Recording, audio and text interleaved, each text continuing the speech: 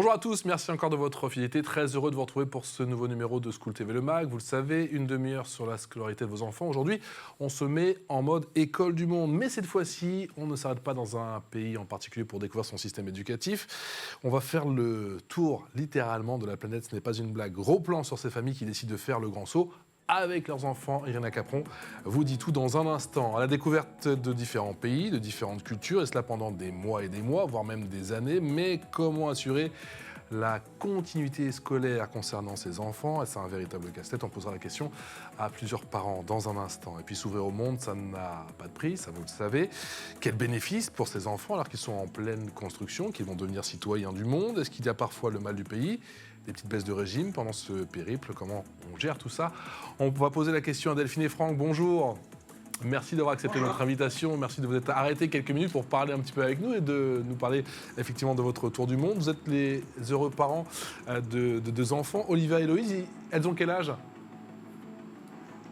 Elles ont 8 et 11 ans. 8 et 11 ans. Ça y est, Tout récemment. Ça y est, on est sorti de la piscine. Parce que pour tout vous dire, voilà, juste avant, on préparait l'émission, on entendait pouf, splash, tout, la totale. On s'est dit, il y a une piscine pas loin, à mon avis, des enfants, ils sont en train de s'éclater. Et je vois qu'ils sont sortis à l'instant de la piscine. On parle avec vous dans un instant, effectivement, de votre tour du monde, juste après la loupe, avec Irina. Vous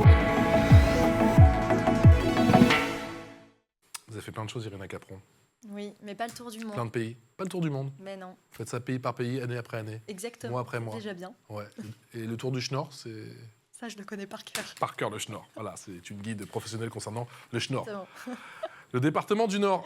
Qu'est-ce qu'un véritable tour du monde, Irina? Il faut savoir que la définition d'un tour du monde, ça révèle des conflits chez les voyageurs. Certains disent qu'il s'agit d'un voyage qui consiste à parcourir complètement et dans un sens donné le globe terrestre. Il y a des débats là-dessus? Oui, exactement. Jusqu'à revenir à son point de départ. Pour d'autres, il suffit de visiter des dizaines de pays en 1 an ou 2 ans. Bref, c'est comme vous voulez.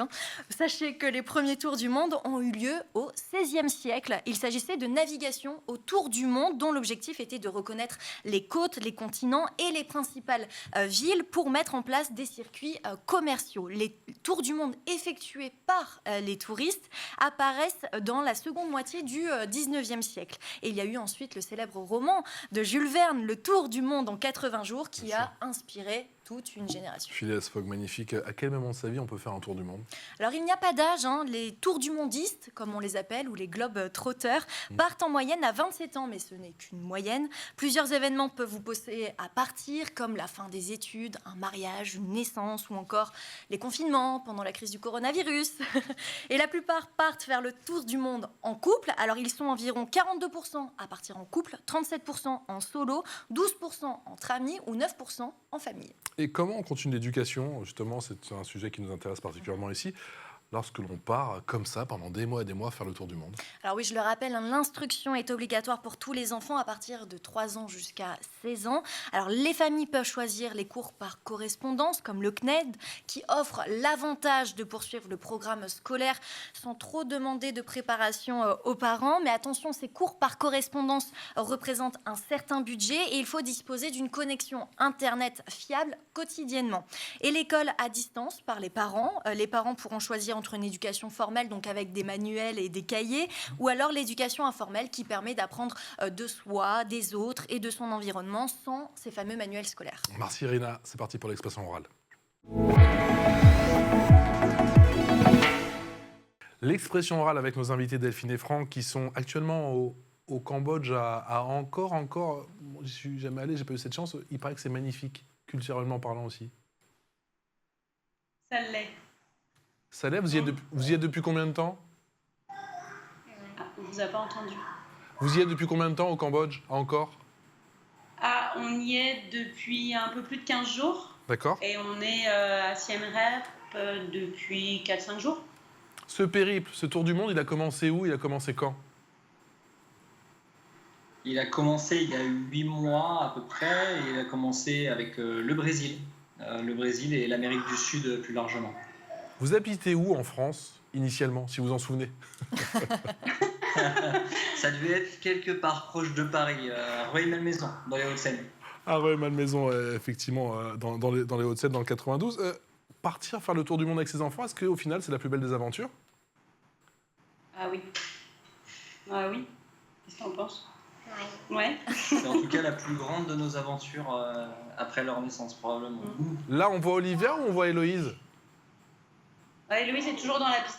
Ah, les splash d'accord, en arrière-fond, c'est toujours Héloïse. Est-ce que vous avez hésité justement à partir comme ça à l'aventure? Parce qu'on sait que quand on a des enfants en bas âge, forcément, l'équation, elle est tout autre. Alors, absolument pas. C'est justement ce qui vous a motivé? Absolument. Ça fait... on a eu ce projet un peu fou. Ouais. Et puis, à un moment donné, on s'est dit, bon, bah, il faut qu'on concrétise ce projet en réalité, D'accord. avant que les filles soient justement trop grandes. Et du coup, on a fait ça cette année. Irina. Oui, Delphine et Franck, est-ce que justement vous avez demandé l'autorisation à vos enfants avant de partir? Est-ce qu'ils étaient d'accord du moins ou... On en a parlé. Alors, on en a parlé. En tout cas, on voulait on tenait vraiment à ce que ce soit un projet pour nous quatre, Oui. qu'elles puissent y contribuer. On voulait faire contribuer notamment à chercher un peu quelle allait être notre trajectoire, nos pays. Et on en a beaucoup parlé. Il y avait des appréhensions et puis des envies aussi de chacun. Delphine et Franck, est-ce qu'il y a eu un galop d'essai ou est-ce que vous étiez des grands voyageurs? Est-ce que les enfants étaient habitués à voyager ou est-ce que tout de suite ça a été le grand saut? On a fait un petit galop d'essai au Portugal en van il y a 2 ans pour voir si justement le périple en van, une dizaine de jours, on n'allait pas s'étriper à être tous les 4 dans 3 mètres carrés. Et puis ça s'est super bien passé, donc on s'est dit allez, on y va. C'était quoi les moments, ça s'est super bien passé effectivement, ce galop d'essai au Portugal. C'était quoi peut-être les petits points d'interrogation pendant ce premier galop d'essai? C'était probablement un peu la promiscuité avec les enfants en permanence, mais c'était qu'une projection parce que ça n'a pas été long finalement. D'accord. Et puis là, on n'avait pas l'école à faire. Donc c'était quand même vraiment les vacances. Donc c'est quand même nettement différent de ce qu'on vit aujourd'hui. Oubliez le Portugal, direction le Brésil. Et là, maintenant, vous êtes encore au Cambodge. En l'espace de 8 mois, vous avez fait combien de pays?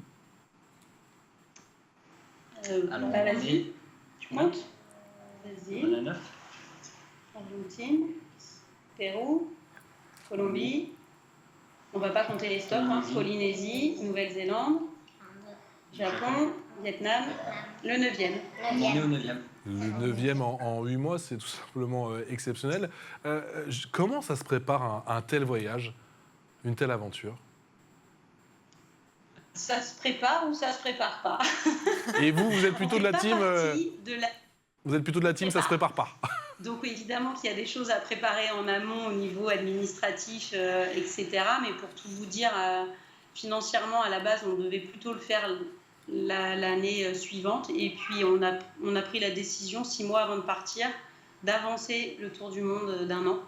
Donc on l'a fait en 6 mois. Donc on a fait tout l'administratif qui, somme toute, est simple. Elle est contraignante, mais elle est simple. Les vaccins et puis nos sacs à dos. Et puis on est parti. J'ai l'impression que vous fonctionnez au feeling. Vous avez dit que ça se prépare ou ça se prépare pas. Vous, concrètement, j'ai l'impression que vous arrivez dans un pays et que si vous vous y sentez bien, vous restez effectivement quelques semaines jusqu'au moment où vous allez choisir une autre destination. Justement, comment vous choisissez la future destination? Ça se fait à table ou à la piscine, justement?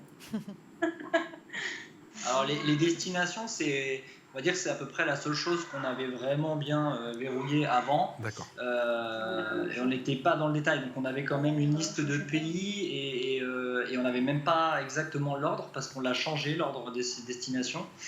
Et en fin de compte, le prochain pays, pour le moment, il est déjà choisi, mais par exemple, le Japon n'était pas sur notre liste. Et on a décidé, un jour, à force de discussion, on s'est dit, finalement, l'Australie, ça va faire beaucoup après la Nouvelle-Zélande, refaire 4 semaines de van. Donc, allez, on est fou, on va au Japon, on change. Est-ce qu'il y avait des incontournables? Est-ce qu'il y avait des pays, des destinations incontournables pour vous? Oui. On avait nos envies. Lesquelles? Moi, l'Argentine et toi, la Nouvelle-Zélande. Ah Donc oui. ceux-là, on les a pas enlevés. Juste à côté, quoi. Irina. Oui, Delphine, donc vous êtes enseignante, mais quelle démarche avez-vous dû faire pour vos filles concernant leur scolarité avant de partir? Alors, vu que la loi a changé, on n'en a pas fait, puisque récemment, l'instruction à domicile, la loi a changé. Avant, il fallait demander l'autorisation. Maintenant, c'est plus le cas, parce que l'Éducation nationale considère qu'à partir du moment où on est à l'étranger, on ne fait plus partie du coup de la loi de l'instruction à domicile. Donc, on a juste prévenu les futures écoles des filles qu'on partait à l'étranger et pour savoir notamment pour les inscriptions au collège, parce qu'Olivia rentre au collège quand on va rentrer, comment on devait procéder et on est parti tout simplement. Est-ce que vous conversez avec d'autres parents qui font le tour du monde ou avec d'autres parents qui hésitent justement à faire le tour du monde et qui sont peut-être inquiets, qui appréhendent peut-être un peu cette partie scolarité? Alors tout dépend de l'âge des enfants en fait. Tout dépend de l'âge des enfants. On a aussi fait le choix, vu que je suis enseignante, je connais un peu les programmes, de partir sur les années les plus faciles pour les filles, puisque c'est 2 années de révision, le CE2 et le CM2. Donc c'était le plus simple. Après, il y a Internet, il y a le CNED, il y a plein de solutions. Hein. Il faut pas se brider, il faut pas avoir peur et il faut se lancer. Sur ce volet éducation, Franck, vous participez? Vous partagez les tâches, du coup? Oui, oui. Alors, pour l'enseignement, alors Delphine, on va dire qu'elle a conçu toute la feuille de route parce qu'elle connaît ça parfaitement. Et puis, on prend chacun une fille sur des temps alloués et on fait du travail alors suivant cette feuille de route aussi. Et puis des petites choses aussi spécifiquement de temps en temps pour travailler plus particulièrement sur certains aspects. Est-ce que selon les pays, justement, vous adaptez aussi votre programme suivant, je ne sais pas, moi, les différents sites, les différents lieux, différents musées, pourquoi pas aussi, ou expositions que vous découvrez? Oui, il y a des pays où on a beaucoup moins le temps de faire l'école traditionnelle et classique. Les pays, là, typiquement, quand on se fait les journées sur les temples d'Angkor, on fait pas d'école, mais quelque part, on en fait, puisqu'elles apprennent plein de choses. Donc voilà, ça dépend des pays. Au début, on s'était dit qu'il fallait qu'on suive un rythme, mais en fait, le rythme il est intenable parce que chaque jour est différent. Donc c'est très compliqué de suivre un rythme, donc on s'adapte. Mais en tout cas, il ne faut pas avoir peur de faire l'école à peu près n'importe où. Hein. On l'a déjà fait sur la plage, sur un banc, dans une gare, en van, dans un aéroport, voilà, partout. Mais du coup, alors, je me souviens plus, je suis désolé, c'est Olivia ou Héloïse qui vous a rejoint? C'est bien. Olivia, faire l'école à la plage, faire l'école à l'aéroport, j'imagine que ça doit un peu changer, mais ça reste génial. Oui. Qu'est-ce que tu as appris justement de tous ces voyages? Et toi, quel est ton meilleur souvenir depuis, ça fait déjà 8 mois que tu es parti, quel est ton sentiment justement sur ce tour du monde? Il y a la piscine, je sais, mais pas seulement. Le pays que j'ai préféré, c'était le Japon. Waouh! Moi aussi, pourquoi? Et la Polynésie française, et après l'Argentine. Et après l'Argentine en top 3. Pour faire plaisir à maman, l'Argentine quand même, j'ai bien compris, la petite pression du regard. Pourquoi le Japon? Qu'est-ce qu'il a de si fascinant, ce pays? Je sais pas, en fait, c'est que c'est très, je sais pas comment on dit, C'est quoi? c'est très joyeux tout le temps, c'est... Il y a beaucoup de couleurs, beaucoup de lumière. Oui, c'est ça. Il y a toujours des choses à faire, en fait, qui sont amusantes. Ah ouais, Je suis bien d'accord avec toi. Et vous avez fait tout le Japon, vous avez fait plusieurs villes. Comment ça se passe à chaque fois? Combien de villes vous faites en général par pays? Ça se fait là aussi au feeling? C'est variable. Hein. Ouais. Le Japon a fait planifie une fois qu'on était arrivé beaucoup nos déplacements. Mais on a fait on a fait Tokyo, le mont Fuji, les Alpes japonaises, un autre endroit, je ne me rappelle plus le nom, Osaka et Kyoto. Donc oui, on a fait 6 endroits, mais c'est variable. Il y a des endroits où on a fait beaucoup plus, on a fait peut-être 9 ou entre 9 et 13 peut-être spots différents. Et il y en a d'autres où on ralentit un petit peu et on profite davantage de chaque endroit. Ce tour du On monde... s'adapte en fonction de la fatigue aussi, des uns et Ah oui, les baisses de régime, on en parle dans un instant. Ce tour du monde, vous le faites avant tout pour vous ou pour vos enfants? les deux. Les deux? Ouais. J'ai l'impression que vous leur Les faites deux, on avait le projet avant qu'elles arrivent, mais on est vraiment très heureux de leur faire découvrir ça. Et on disait tout à l'heure qu'on voulait qu'elles soient pas trop grandes, mais pas trop petites non plus, parce que voilà, on pense que là, du coup, Héloïse, 8 ans, et Olivia, hein, elles en garderont beaucoup de souvenirs à l'âge qu'elles ont. Est-ce que vous leur offrez au final le plus beau des cadeaux? Au-delà des souvenirs, j'imagine que cette ouverture au monde, ça n'a pas de prix, j'imagine, dans la construction d'un enfant. Exactement. C'est vrai qu'on est parti avec des petites filles qui ont beaucoup évolué, qui se posent beaucoup de questions, même des questions de grands et d'adultes, et qui constatent des choses qu'elles n'auraient pas pu constater si on était resté à Rueil. J'aime bien, oui. Je connais très bien. Mais c'est pas la même chose que le Japon, c'est pas la même chose que le Cambodge, c'est clairement pas la même chose que le Brésil. On va écouter le témoignage d'une jeune maman, elle s'appelle Aurore, elle est maman d'une famille expatriée au Canada. Depuis 5 ans, elle a tout plaqué et tout revendu pour partir faire le tour du monde. Elle vous explique justement ses motivations.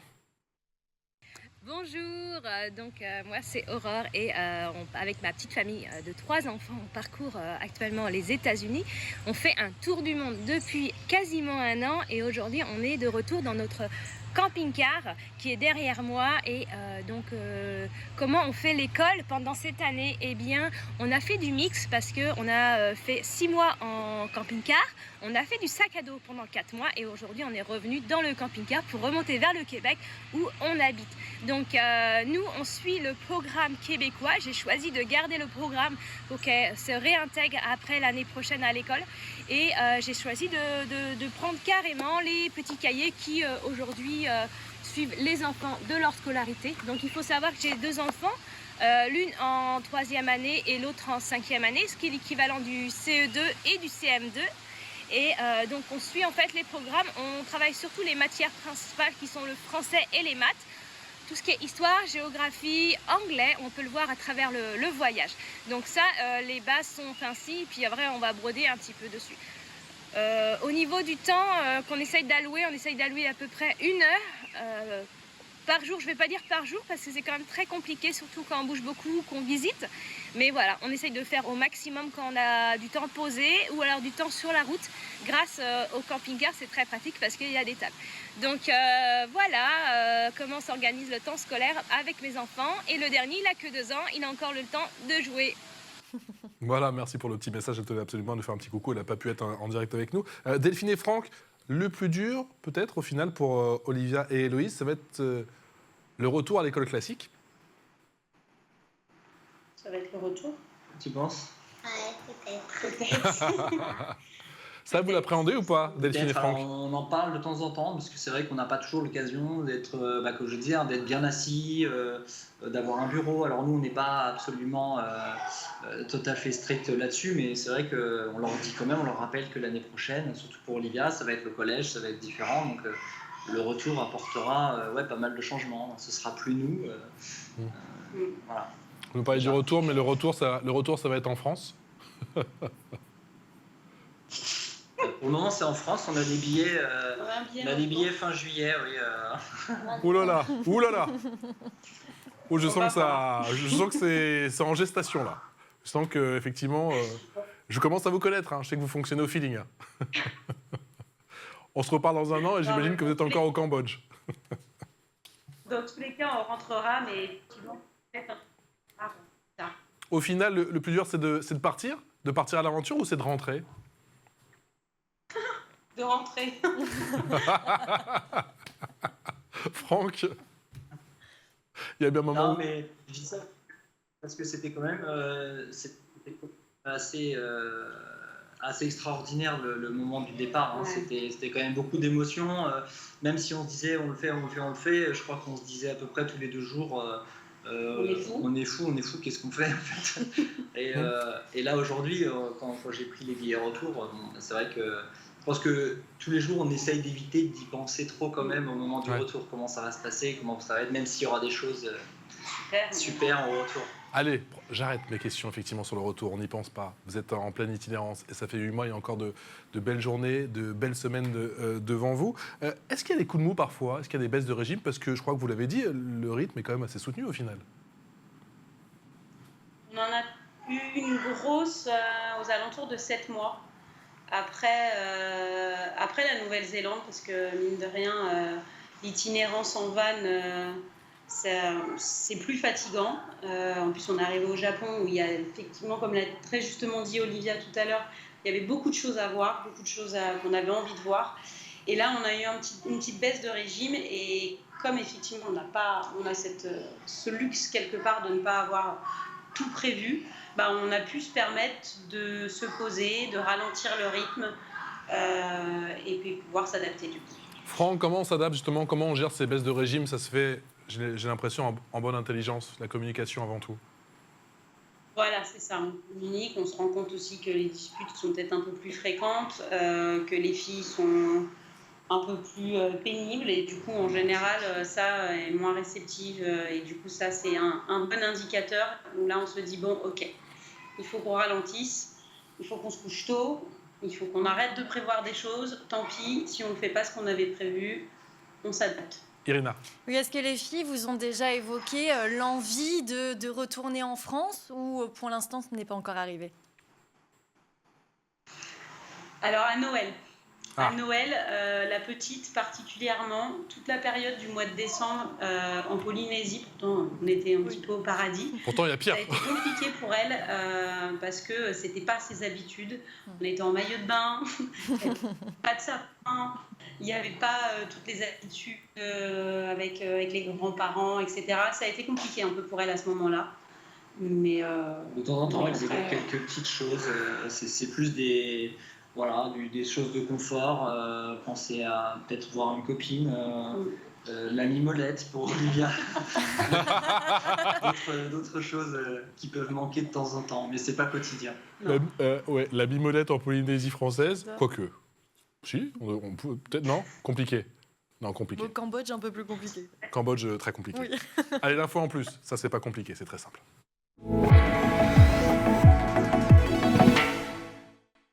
Pour cette info en plus, tu nous parles d'une autre famille qui, tiens, a décidé de faire le tour du monde, mais pour une raison bien particulière. Oui, une belle histoire. Je vais vous parler de la famille Lemay-Pelletier, originaire du Québec. Édith Lemay et Sébastien Pelletier ont appris que 3 de leurs enfants étaient atteints de rétinite pigmentaire. Alors la rétinite pigmentaire, c'est une maladie dégénérative et les personnes atteintes perdent peu à peu la vue avec une disparition de la vision nocturne et un rétrécissement continu du champ visuel.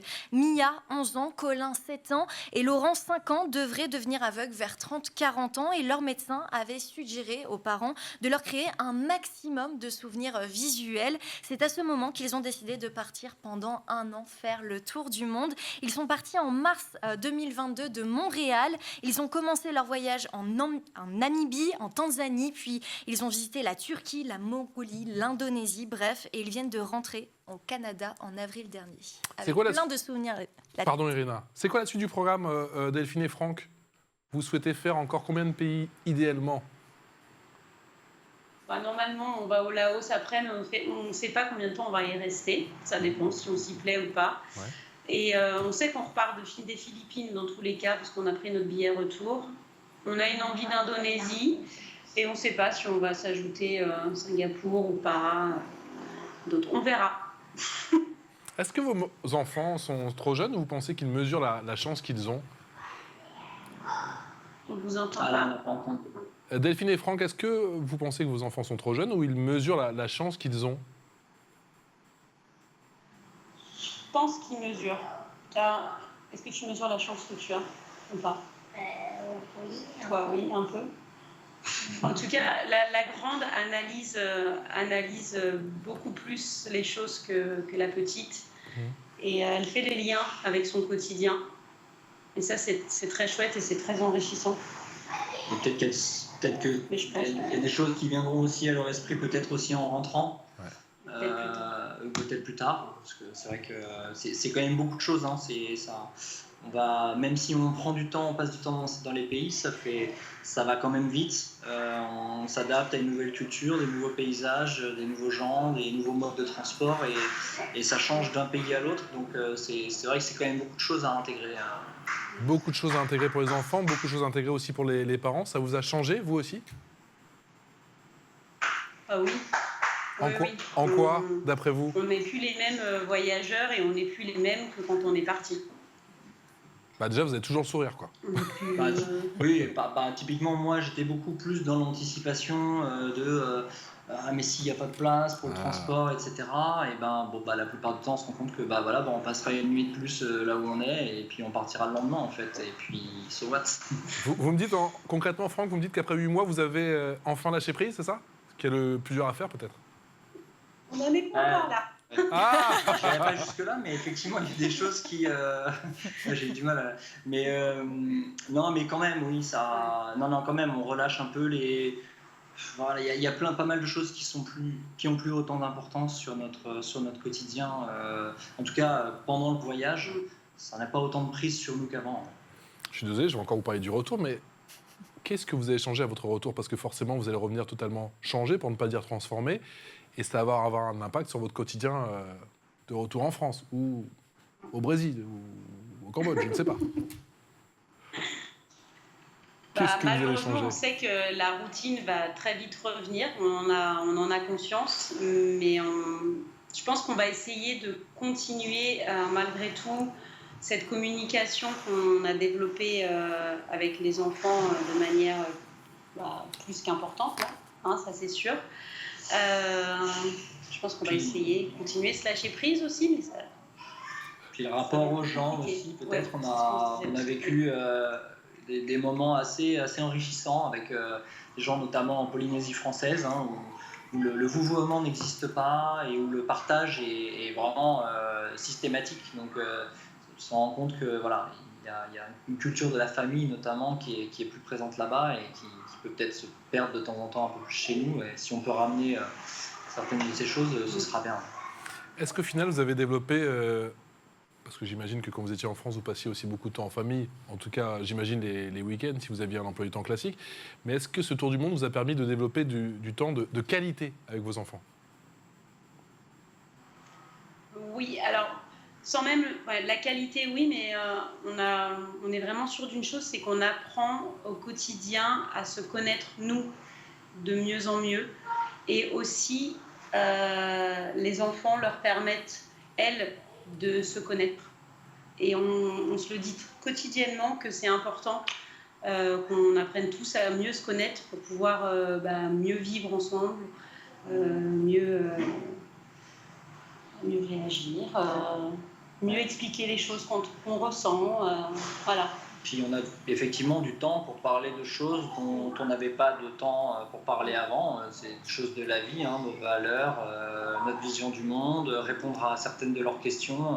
Parce qu'après l'école et en semaine au quotidien en Ile-de-France, on fait ce qu'on a le temps de faire dans ce temps-là et puis c'est tout. Alors il faut doublement prendre le temps et là on a la chance de pouvoir le faire. Eh oui, on rentre à la maison. Ils sortent de l'école et assez rapidement, c'est le goûter, c'est l'heure du bain. Et après, il faut dîner. Et ensuite, après, il faut aller coucher tout ce petit monde. Merci infiniment d'avoir partagé effectivement cette séquence avec nous, votre tour du monde. Merci pour vos témoignages, merci pour vos sourires. Vous embrassez bien fort, s'il vous plaît, vos filles, Olivia et Héloïse. Revenez nous faire une bise quand vous êtes de passage à Paris. Je ne sais pas si ce sera long, mais venez nous voir. Effectivement, on est du côté de Neuilly-sur-Seine. Ça nous fera extrêmement plaisir de vous retrouver pour que vous nous racontiez la suite de votre périple qui est en tout point magnifique. Merci à vous et on se retrouve très bientôt pour de nouvelles aventures. Peut-être pas aussi magnifique, ma chère Irina, que ce tour du monde. On va aller prendre nos billets. Moi, je suis déjà sur mon téléphone, je regarde là encore Cambodge. Je vais les rejoindre sans plus tarder. Franck et Delphine, merci infiniment à tous. Merci de votre fidélité. On se retrouve demain, même chaîne, même heure, pour de nouvelles aventures. Et elles sont belles.